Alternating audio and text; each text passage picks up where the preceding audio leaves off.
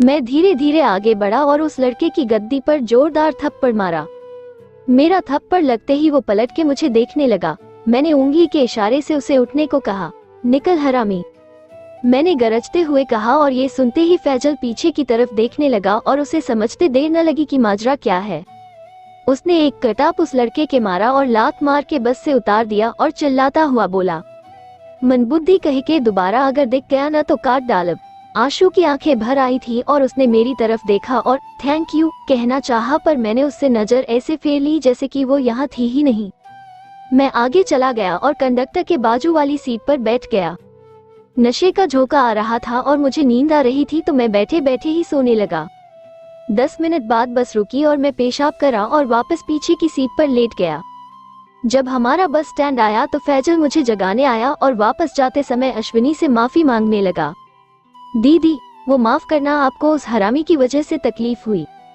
अश्विनी ये सुन के सन्न रह गई और मेरी तरफ देखने लगी, पर मैंने कुछ नहीं कहा और बस से नीचे उतर आया। बस स्टैंड से हम दोनों गज भर की दूरी पर चल रहे थे। मैंने जेब से फ्लास्क निकला और शराब पीने लगा। मन में बहुत दुख था और घर जाने से मैं कतरा रहा था। दरअसल मैं अश्विनी का रिश्ता अपने सामने होते हुए नहीं देखना चाहता था और इसीलिए जब घर दूर से नजर आने लगा तो मैंने अश्विनी से अकेले जाने को कहा। आप घर नहीं? वो बस इतना ही बोल पाई कि मैं बोल पड़ा। घर में बोल दियो, कल मेरा ऑफिस था इसलिए मैं यहीं से चला गया। इतना कहकर मैं पलटकर वापस बस स्टैंड की तरफ चल पड़ा। अश्विनी मेरे दर्द को महसूस कर रही थी, पर उसने कहा कुछ नहीं और चुपचाप सर झुकाए घर चली गई। मैं बस स्टैंड पहुंचा और वहां बैठा बस का इंतजार करने लगा। अगली बस आने में आधा घंटा था तो मैं वहीं लेट गया और कैसे भी करके अपने दर्द को कम करने की सोचने लगा। अश्विनी की शादी मैं खुद को कैसे संभालूंगा, बस यही सोच रहा था कि बस आ गई और मैं फिर से सबसे पीछे वाली सीट पकड़ के लेट गया। तभी घर से फोन आया और पिताजी चिल्लाने लगे कि मैं घर क्यों नहीं आया। मैंने फोन उठाकर सीट पर दूसरी तरफ रख दिया और खुद खिड़की की से बाहर देखने लगा। जब मैंने फोन देखा तो कॉल कट चुका था, पर इसका मुझे जैसे कोई फर्क ही नहीं पड़ा। मैंने फिर से जेब से फ्लास्क निकाली और आखिरी घूंट पिया और शहर आने का इंतजार करने लगा। 7 बजे मैं शहर पहुंचा और उतरते ही पेट में दारू की ललक जाग गई। ठेके से दारू ली और एक सब्जी वाले से कखड़ी ली और घर आ गया और पीने लगा। आज अश्विनी की शक्ल देखकर कोफ्त हो रही थी, पर मुझे मेरी समस्या का अब तक कोई रास्ता नहीं मिला था। जमाने से तो विश्वास उठ चुका था मेरा दिमाग कह रहा था कि सबके सब मतलबी है यहाँ। सब मुझसे कुछ न कुछ चाहते थे। सुमन पढ़ना चाहती थी तो राखी ऑफिस के काम में मेरी हेल्प, ऑटो और नीतू मैडम ने भी मेरे जरिए अपना डाइवोर्स ले लिया था। ये डाइवोर्स फाइनल वाली बात मुझे मोहित ने ही बताई थी और अब ये सब बातें कचोटने लगी थी। क्या मैं इस दुनिया में सिर्फ दूसरों के लिए जीने आया हूँ? क्या मुझे मेरी खुशी का कोई हक नहीं? क्या मांगा था मैंने जो भगवान से दिया न गया? बस एक अश्विनी का प्यार ही तो मांगा था और उसने भी मुझे धोखा दे दिया। ये सब सोचते सोचते मेरी आंख से आंसू बहने लगे और मैं अपनी आंख से बहे हर एक कतरे के बदले शराब को अपने जिस्म में उतारता चला गया। कब नींद आई मुझे कुछ होश नहीं था। आंख तब खुली जब सुबह का अलार्म तेजी से बज उठा। मैं कुनमुनाया और अलार्म बंद कर दिया, पर ठीक 5 मिनट बाद फिर अलार्म बजा और मैं बड़े गुस्से के साथ उठा और जमीन पर फिर से बैठ गया। खिड़की से आ रही ठंडी हवा और उजाले ने मेरी नींद थोड़ी तोड़ दी थी। मेरा मन अब ये जॉब करने का बिल्कुल नहीं था, क्योंकि अब मुझे इसकी कोई जरूरत नजर नहीं आ रही थी। ऊपर से ये घर जिसमें अश्विनी के लिए मेरा प्यार बसता था अब मुझे अंदर ही अंदर खाने लगा था। मैं उठा और नहाने चला गया। फिर बाहर आते ही मैंने लैपटॉप पर रेंट पर मकान देखने शुरू किए और तब मुझे याद आया कि कहाँ तो मैं अपने अश्विनी के लिए बेंगलुरु में मकान ढूंढ रहा था और कहाँ लखनऊ में ढूंढने लगा। मन में एक खेद सी उठी। लिस्ट में जो नाम सबसे ऊपर था उसी पर कॉल किया और अपनी रिक्वायरमेंट और बजट उसे बता दिया। उसने 11 बजे मुझे मिलने बुलाया। मैंने तुरंत बॉस को फोन किया कि मुझे घर शिफ्ट करना है, इसलिए मैं आज नहीं आ पाऊंगा। ये बोलकर मैं दलाल के पास चल दिया।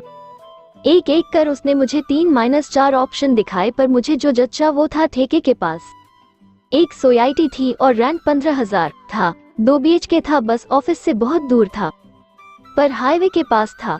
वैसे भी मुझे कौन सा ऑफिस जाना था अब? मुझे तो जल्द से जल्द उस घर से निकलना था जहां अब मेरा दम घुटने लगा था। मकान मालिक ने मुझसे मेरे काम धंधे के बारे में पूछा तो मैंने उसे सब कुछ बता दिया और अपने डॉक्यूमेंट भी दिखा दिए। सब बात फाइनल कर मैंने उनकी बैंक डिटेल्स ले ली और उसी वक्त उन्हें सारी पेमेंट कर दी। दलाल ने सारे कागज बनवाने थे। मैं सीधा घर आया और 2 सूटकेस में अपना सामान भरा और घर की चाबी पुरुषोत्तम अंकल जी को देने चल दिया। उन्हें मैंने ये कहा कि मेरी पोस्टिंग अब बरेली में ज्यादा रहती है, इसलिए मैंने नया घर हाईवे के पास लिया है ताकि आने जाने में आसानी हो। घर की जाहिरात मैंने ऑनलाइन डाल दी है और नंबर का डाला है, तो वो खुश हुए कि उन्हें नया किराएदार ढूंढने के लिए ज्यादा मेहनत नहीं करनी पड़ेगी। अपनी बुलेट रानी पर पीछे सारा सामान बांधकर मैं नए फ्लैट पर आ गया और सामान रखकर सीधा कुछ सामान खरीदने निकल पड़ा। ग्लास का एक सेट, दारू की बोतल और कुछ चखना लेकर मैं घर लौट आया। अभी मैंने सोचा ही था कि मैं पीना शुरू करूं कि दलाल और मकान मालिक कागज लेकर आ गए। उन्होंने देख लिया कि बिस्तर पर शराब की बोतल रखी है, पर किसी ने कुछ नहीं कहा। उनका मुंह मांगा रेंट जो दे रहा था। कागज साइन करके उन्होंने एक काम करने वाली दीदी से मिलवाया जो सबके यहाँ झाड़ू पोछा और बाकी के काम करती थी। मेरे लिए तो ये ऐसा था जैसे अंधे को आंखें मिल गई हों। मैंने उनसे सारे काम की बात कर ली, झाड़ू पोछा, कपड़े, बर्तन और दिन में एक बार खाना बनाना। उन्होंने डरते हुए 1000 कहा। मैं जानता था कि ये कम है, पर मैंने इस डर से कुछ नहीं कहा कि कहीं मकान मालिक इससे कमीशन में पैसे ना लेता हो। मैंने सोचा जब ये काम करने आएंगी तो मैं इन्हें पैसे बढ़ा कर दे दूंगा। मकान मालिक ने जाते जाते बस इतना कहा, बेटा प्लीज कोई बखेड़ा खड़ा मत करना। मैं उनका मतलब समझ गया। अंकल जी, मैं बहुत शांत स्वभाव का आदमी हूँ। यहाँ किसी से मेरी कोई बातचीत नहीं होगी और न ही आपको कोई शिकायत आएगी, मैंने उन्हें आश्वस्त करते हुए कहा। दीदी भी कह गई कि वो कल सुबह 7 बजे आएंगी। अब मुझे तंग करने वाला कोई नहीं था। मैंने अपना पैक बनाया और बालकनी में फर्श पर बैठ गया और सड़क को देखते देखते घूंट भरने लगा। आज पता नहीं, पर मेरा मन कह रहा था कि शायद कुछ अच्छा हो जाए, पर नहीं, ऊपर वाला तो मुझसे आजकल बहुत खफा था। पास में पड़ा फोन, जिसमें अभी नुसरत फतेह अली का गाना बज रहा था, वो अचानक से बंद हुआ और पिताजी का कॉल आ गया। जी पिताजी, बेटा अश्विनी का रिश्ते पक्का हो गया है। दिवाली के दूसरे दिन ही शादी है, पिताजी ने हंसते हुए कहा। और ये सुनकर मेरा हाल बेहाल था। आंख से एक कतरा एक आंसू निकला और बहता हुआ मेरी गोद में गिरा। जिसके दिल पर मेरा नाम लिखा था, आज वो किसी और के नाम की मेहंदी रचवाने वाली थी। जो कल तक मेरा नाम लिया करती थी, वो अब किसी और की होने जा रही थी। मैं अपने इन्हीं ख्यालों में गुम था और इधर पिताजी उम्मीद कर रहे थे कि मैं खुशी से उछाल जाऊंगा। पिताजी, हेलो। सागर, हेलो। मैं, हाँ जी, इधर ही हूँ मैं। बेटा, हम लोगों को तुझसे बात करनी है, तो कल आ जा।